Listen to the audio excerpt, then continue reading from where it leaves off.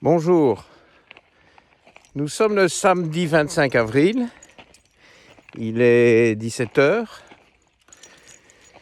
Je suis en train de faire une petite promenade avec mon chien Goliath, que voilà. Bonjour Goliath. Et alors, il se fait que je suis ici en train de jeûner depuis hier soir 21h. Donc si je compte bien, nous sommes une bonne vingtaine d'heures de jeûne. Et voilà, on fait une promenade bien sympathique. Il fait un très très beau et un grand ciel bleu. Mais je dois dire qu'il y a un petit vent frais qui explique cette écharpe. C'est pas le moment de refroidir, n'est-ce pas?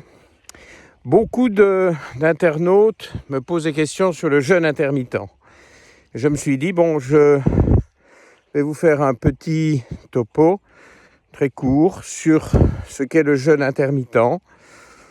Alors je suis un peu essoufflé parce que ça monte, je suis juste derrière chez moi, dans la campagne luxembourgeoise, et confiné mais très légalement en train de promener mon animal de compagnie.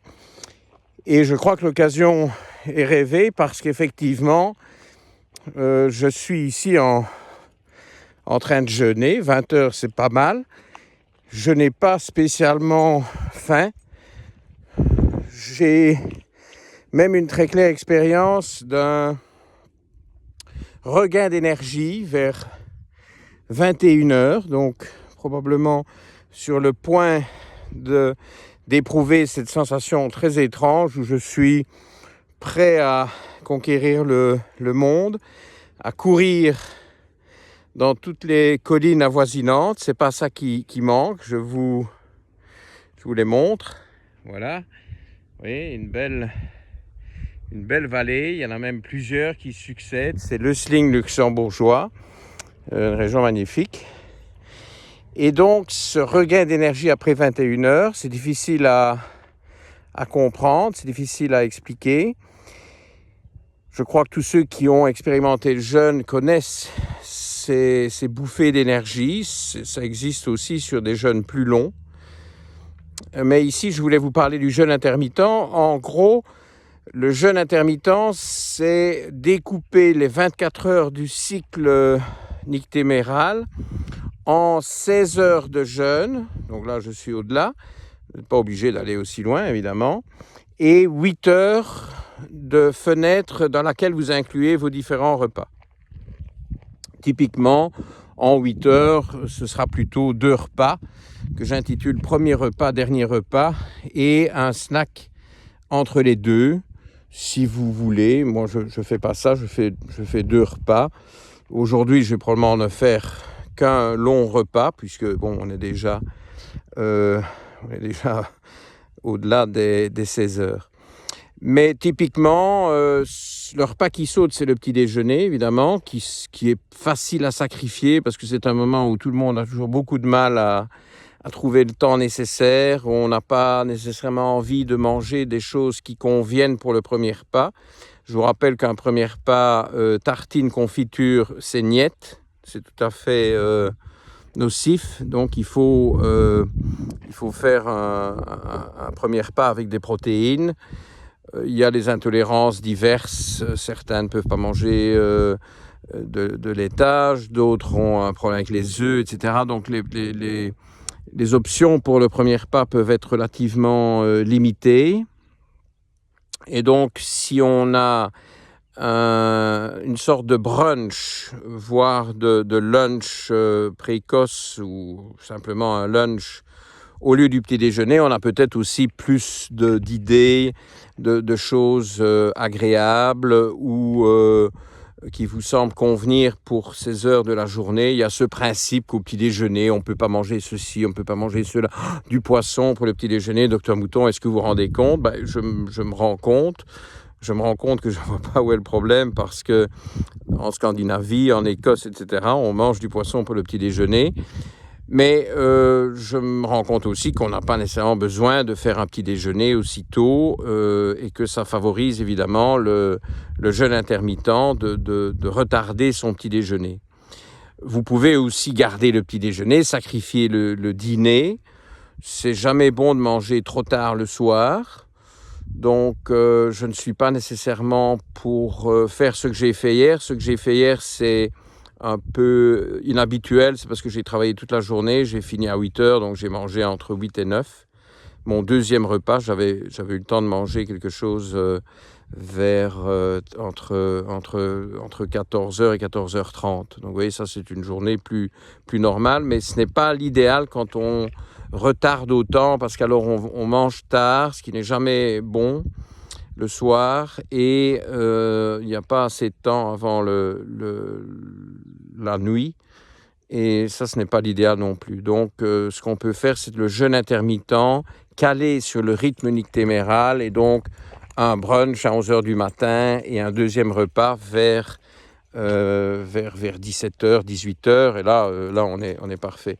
Vous remarquerez que ce n'est pas moi qui dicte le rythme de la promenade. Bon voilà, Goliath avait des choses à renifler, explorer, mâchouiller.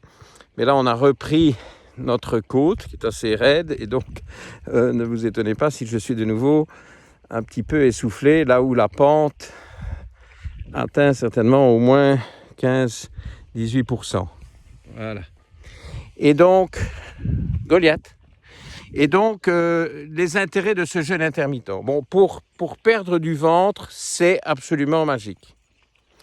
Donc, si vous avez de la graisse abdominale, alias graisse viscérale, foie gras, tous ces problèmes, foie gras, le terme médical, c'est hépatostéatite, ou stéatose hépatique. Bon, il y a plusieurs façons de le dire, plusieurs stades aussi de sévérité.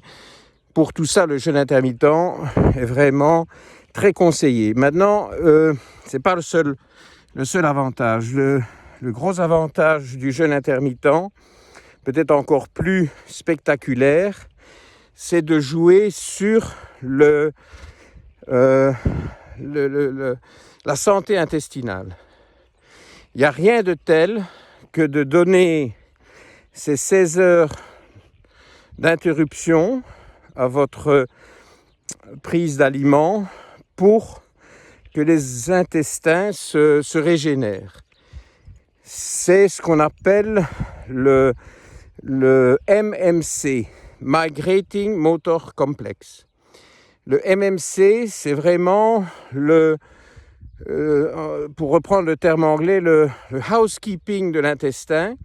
Donc c'est là que tous les déchets sont éliminés, déchets d'aliments non digérés, déchets de cellules épithéliales qui desquament, tout le microbiote, y compris, évidemment, c'est le plus intéressant, le microbiote.